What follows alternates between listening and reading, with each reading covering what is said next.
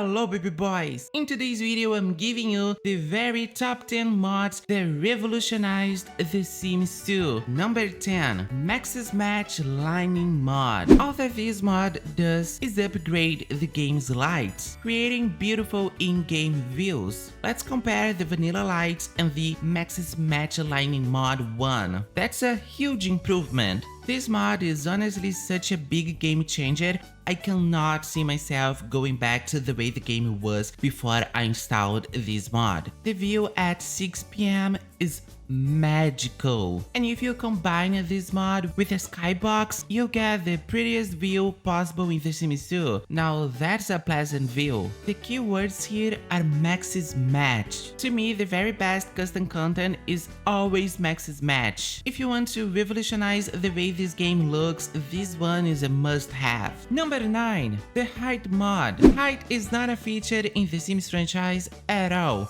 but now thanks to the amazing Lazy Duchess, this is a possibility inside of The Sims 2. All that you need to do after downloading the mod, obviously, is buy the height cheater on the catalog, place it in the lot and click on it. Then we have a bunch of options. You can randomize the height of every sim in the HUD, And you can also customize the height of a specific sim, making them taller or shorter. Not only this mod makes every single sim much more unique, it also improves the realism in the game big time. Because when you think about it, it makes no sense for everybody to share the same height. By default, male sims will be taller than female sims and elders are much shorter, just like this usually goes in the real life. And with this mod, every sim born in game will naturally have a random height, but you can always customize the height yourself, creating tall supermodels and short kings in your game. Number 8. Shiftable Everything. This one is a must-have for real, especially if you're a builder,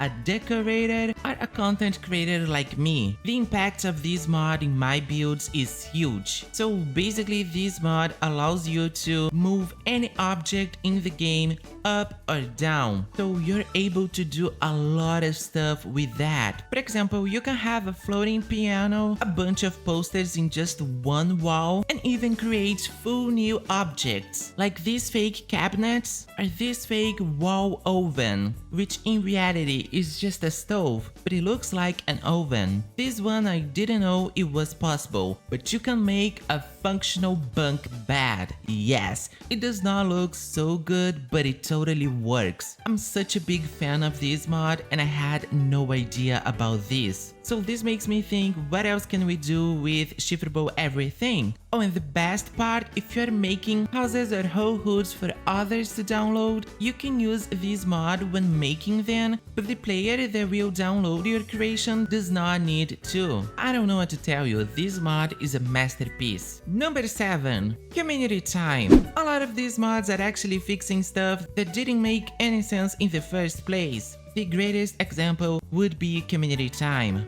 So when a sim lives for a community lot in The Sims 2, there's no limited amount of time they can spend outside of their house. Meaning a sim could actually be in a community lot for, I don't know, a week. And that's cool. But the problem is the time in their house has not passed. Meaning if they stayed a whole day in a community lot, when they come back, it will still be the other day. So yesterday. Community time fixes that. Now when a sim leaves to a community lot and comes back, they will not return until all of that time has passed. So when they finally arrive, the time in the community lot and in their house will be the same. This mod was downloaded over 100,000 times. That's how you know a mod revolutionized Sims 2. Number 6. The Sim Blender. This mod adds an object that gives you control of a lot of small things in the game. Similar mods to these would be Monique's Hacked Computer and the Inseminator, but for some reason the Sim Blender is way more popular. With this mod you can age sims up,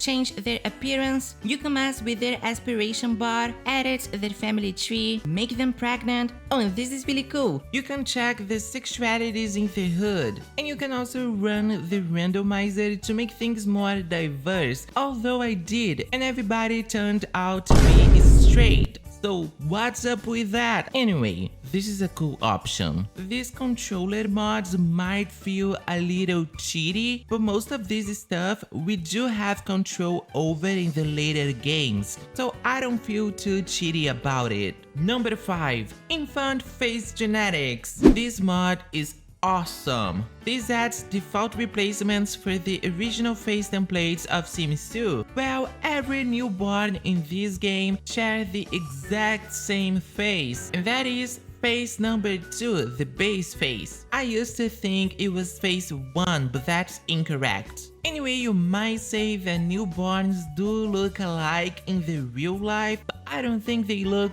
this alike. Now, thanks to this incredible mod, they will have faces of their own, adding both uniqueness and realism to your game. This mod does not affect the pre-made hoods, so for example, Cassandra Goth and Don Lothario will still make a baby with face 2 in their first life stage, and that kinda sucks, but we do have options. The pre-made hoods were all remade with infant face genetics by some players, and that's really cool. These templates are genetic, so both parents need to be using these templates, so their baby have a blend of both parents' faces instead of just plain face 2. This mod is so revolutionary, and it's a new mod actually. I love it so much that every sim living in one of my custom hoods has infant face genetics. Number 4. Hereditary Supernaturalism. What is that? Well, let me explain. So 2 human sims will make a human baby. 2 alien sims will make an alien baby. But 2 witches, 2 vampires, 2 plant sims, or 2 werewolves will also make a human baby, and that never made any sense when you think about it. Hereditary Supernaturalism fixes that. This mod alone will only make sure the supernatural offspring will gain their powers at some point, but not from day 1, because magical toddlers are not a thing in this game. But if you download some related mods, you can have supernatural babies, meaning they will be full supernaturals from day 1. I love the genetics system of The Sims 2, but it was definitely lacking supernatural genetics. Well, not anymore. Number 3. The InTeen.